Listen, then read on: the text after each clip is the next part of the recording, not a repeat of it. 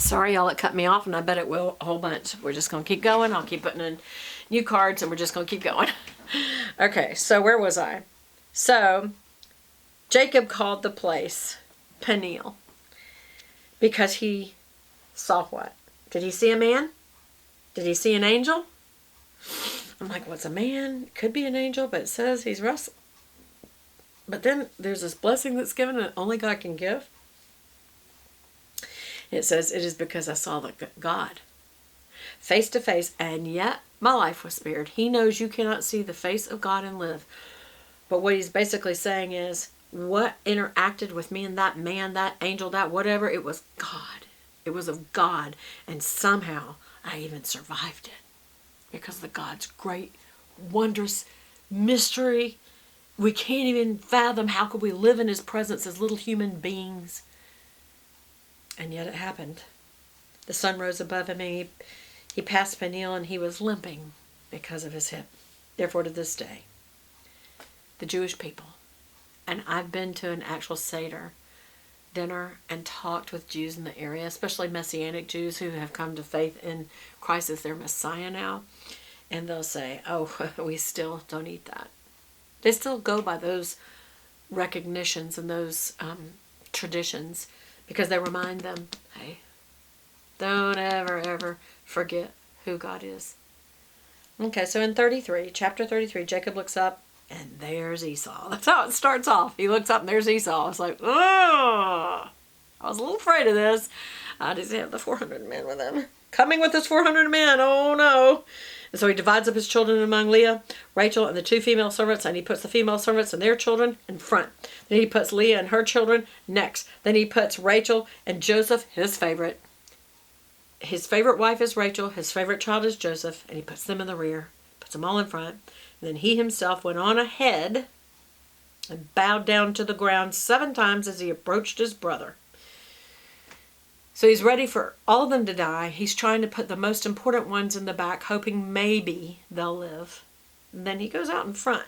He didn't sit in the back. Then Esau ran out to meet Jacob and embraced him. He threw his arms around his neck and kissed him, and they wept. Boy, did Jacob misread what was fixing to happen. Esau loves him. And he went out to meet him. He hugged his neck. He had 400 people with him because they were his, not because he was going to fight him. Have you ever had an interaction with someone in your family and you have misread it? And you need to go fix that in Jesus' name. Then Esau looked up and he saw the women and children. He said, who are these with you? They hadn't seen each other in a long time, y'all. Jacob answered, these are the children God has graciously given your servant. Look how humble he's being to Esau. After he got Esau's blessing, he got his birthright, and yet he recognizes you were the firstborn. You were supposed to get it. But because you chose to muddle the bloodline, it's not a case of racism, y'all. It's a case of the fact that this bloodline had to remain pure for a reason. It had to stay in a certain way so that it went all the way to Jesus. It couldn't go to Ishmael. It had to go to Isaac because the promise was to Isaac. And that was the boo-boo that Esau made. Well, actually, it was Sarah. That she had her attendant have sex with her husband because she didn't trust God. And so now you have a whole nation of people that God's still going to bless them. Okay? So we don't put them down. We don't put down the people of Ishmael. But the blessing of that land and that area is only to Isaac. That's who gets it. They get something else. They'll still get something, but they don't get that. But they want to fight for that. It's like, you're going to get something, not that. And that still goes on today. And so then the female servants and their children approach, and they bowed down, and Leah and her children approach, and they bow down. Everybody's bowing down, trying to show reverence. You know, they're all scared to death they're going to die if they don't, probably. Esau said, what's the meaning of all these flocks and herds I'm at? And he says, to find favor in your eyes, my lord. But Esau said, I already have plenty. Keep what you have to yourself. No, please, Jacob says, I have found favor in your eyes. Accept this gift from me, for I see your face. For when I see your face, it's like seeing the face of God. Wait a minute. That's quite a statement. That's something to stop. Even when we're in a hurry and we have a lot of videoing to do and we have house chores to do and Christmas stuff to put away and meals to correct. Wait a minute. Did you just say to see your face is like seeing the face of God, when we just saw a story where Jacob did? Wait a minute. Who was he wrestling with? A man. Was God showing him the wrestling between him and Esau, maybe? And he's saying, you're being pretty persistent in your way, but I can still overtake you. And he did. And then Jacob realized, wait a minute. I've seen God. God's trying to show me. I've always struggled with him. Always, always, always. I've lied and taken the blessing, and I've lied and taken the birthright. And Esau was the one that really kind of got messed over by all this. And he's saying, you know what? Seeing you is like seeing the face of God. That's quite a statement. Now that you've received me favorably, please accept the present that was brought to you, for God has been gracious to me and has given me all that I need.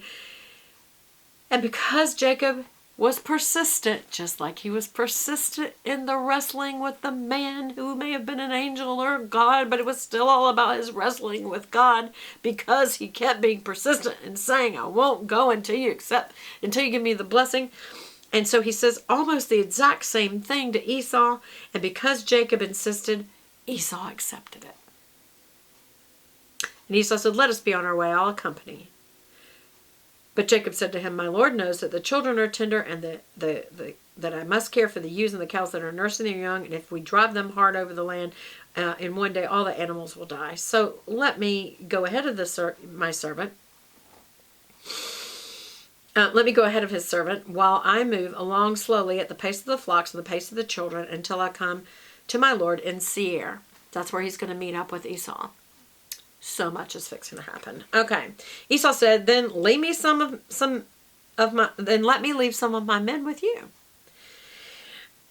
But why do you do that? Jacob answered.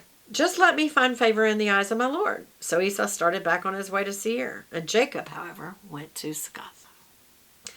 In Succoth, where he built a place for himself and made shelters for his livestock, which is why that place is called Succoth today, which I believe means, Succoth means shelters.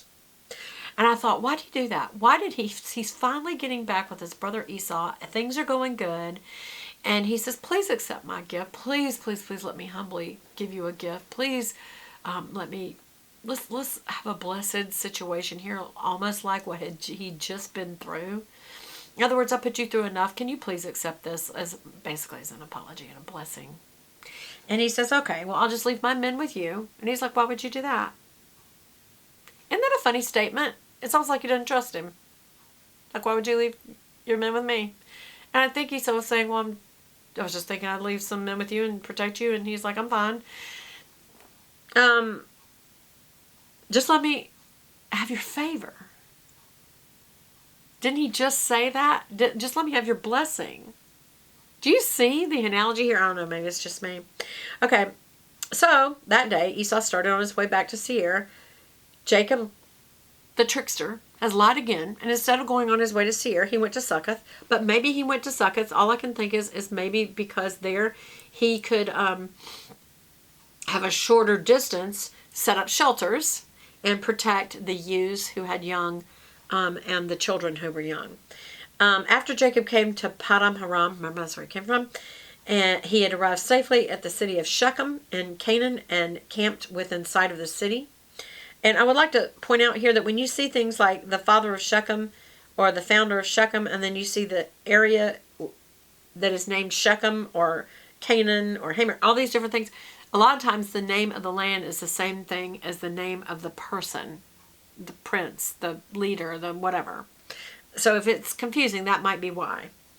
For 100 pieces of silver, he bought from the sons of Hamor, the father of Shechem, the plot of land where he pitched his tent, and he set up an altar and called it El Eloi Israel. Okay, I'm going to keep going. So now in chapter 34. Sorry about that, y'all. Now, Dinah, the daughter of Leah, who was born to Jacob, that's the only daughter that's mentioned, went out to visit the women of the land. And I'm thinking she's got all these brothers that were born between Leah and Rachel, and she's the only girl, and she's thinking, I want to go see the women. When Shechem, son of Hamor, the Hivite, that's very important, remember who they from, the ruler of that area, saw her, he took her and he raped her. That's very important to say he raped her. Why? Meaning she did not consent. That's what rape is. Sex without consent. What does that matter in this story? What happens next? His heart was drawn to Dinah, daughter of Jacob. He loved her, this young woman.